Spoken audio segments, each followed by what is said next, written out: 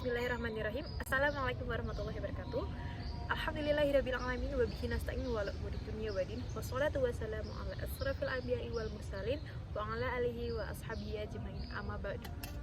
Pertama-tama marilah kita panjatkan puja dan puji syukur kehadirat Allah Subhanahu wa taala karena berkat rahmat dan hidayahnya saya dapat melaksanakan UAS Tafsir Tarbawi dalam keadaan sehat walafiat dan tanpa suatu halangan apapun. Sholawat serta salam tak lupa kita haturkan kepada Nabi besar kita Muhammad Sallallahu Alaihi Wasallam. Semoga kita bisa mendapatkan syafaatnya di yaumul akhir nanti. Amin amin ya rabbal alamin. Perkenalkan, nama saya Fiza Aulia, NIM 2220071. Saya dari kelas Tafsir Tarbawi B. Tafsir Tarbawi berkarya, berbakti, bermanfaat. Saya di sini akan mengikuti UAS Tafsir Tarbawi dengan tema metode pendidikan dengan judul metode persuasif dari Quran surat Ali Imran ayat 133. Pengertian metode persuasif. Metode ini di dalam bahasa Arab disebut dengan istilah thariqah, yang bermakna langkah strategis menuju penyelesaian suatu tugas. Metode terkait pembelajaran harus diterapkan dalam kurikulum untuk mengembangkan sikap, mental, dan karakter siswa, sehingga mereka dapat mempelajari pelajaran dengan mudah, efisien, dan akurat. Metode pengajaran dapat didefinisikan sebagai metode yang digunakan oleh guru untuk mengajar siswa dalam proses pembelajaran. Metode persuasi ini adalah sebuah kemampuan untuk mengajak, mempengaruhi, dan membujuk seseorang. Metode persuasi juga sangat penting bagi guru, karena seseorang dengan kepribadian persuasif dapat menarik orang-orang di sekelilingnya untuk ikut setuju dengan apa yang dia lakukan dan komunikasikan. Persuasi adalah bentuk komunikasi yang bertujuan untuk mempengaruhi dan membujuk orang lain.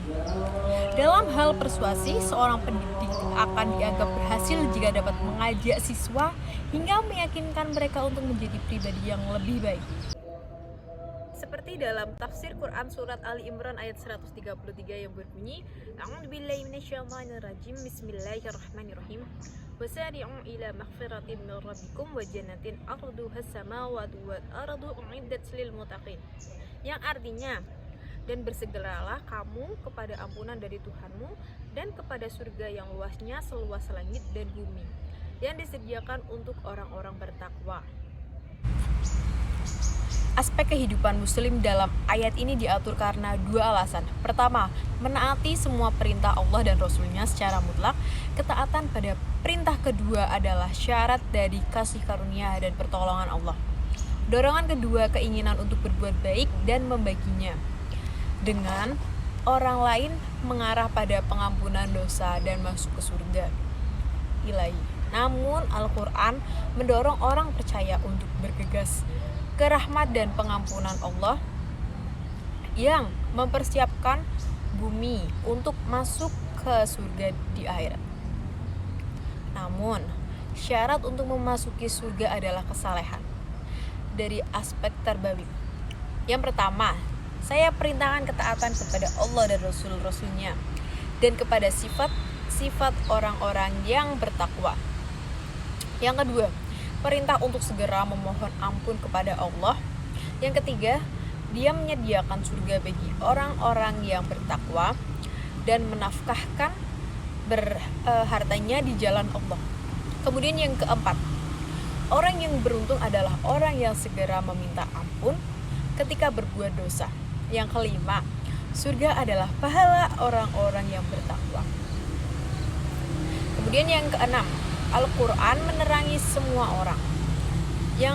Kemudian kesimpulan yang bisa diambil dari penjelasan tadi yaitu metode persuasi merupakan hal yang sangat penting bagi pendidik, karena seseorang yang memiliki kepribadian persuasif dapat menarik atau mengajak orang-orang di sekitarnya untuk ikut menyetujui apa yang dia lakukan dan komunikasikan.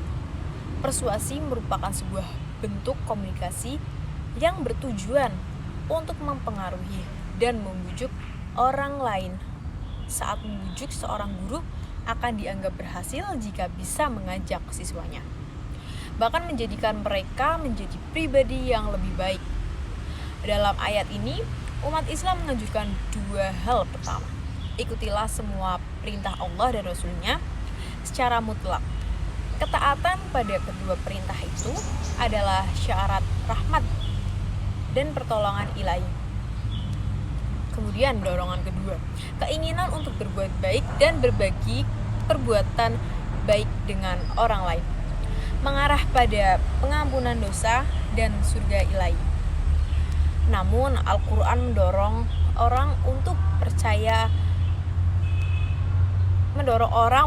untuk bergegas ke rahmat dan pengampunan Allah yang mempersiapkan bumi untuk masuk ke surga di akhirat. Namun syarat untuk masuk kerajaan surga adalah kesalehan. Sekian dari saya, mungkin itu saja yang bisa saya sampaikan. Motivasi buat diri saya sendiri yaitu tetaplah berproses apapun hasilnya. Apabila keberhasilan itu merupakan bonus yang bisa kita capai karena perjuangan kita. Dan apabila kegagalan berarti kita harus terus berusaha untuk bisa mencapai sebuah keberhasilan. Saya Feza Aulia mengucapkan undur diri. Wassalamualaikum warahmatullahi wabarakatuh.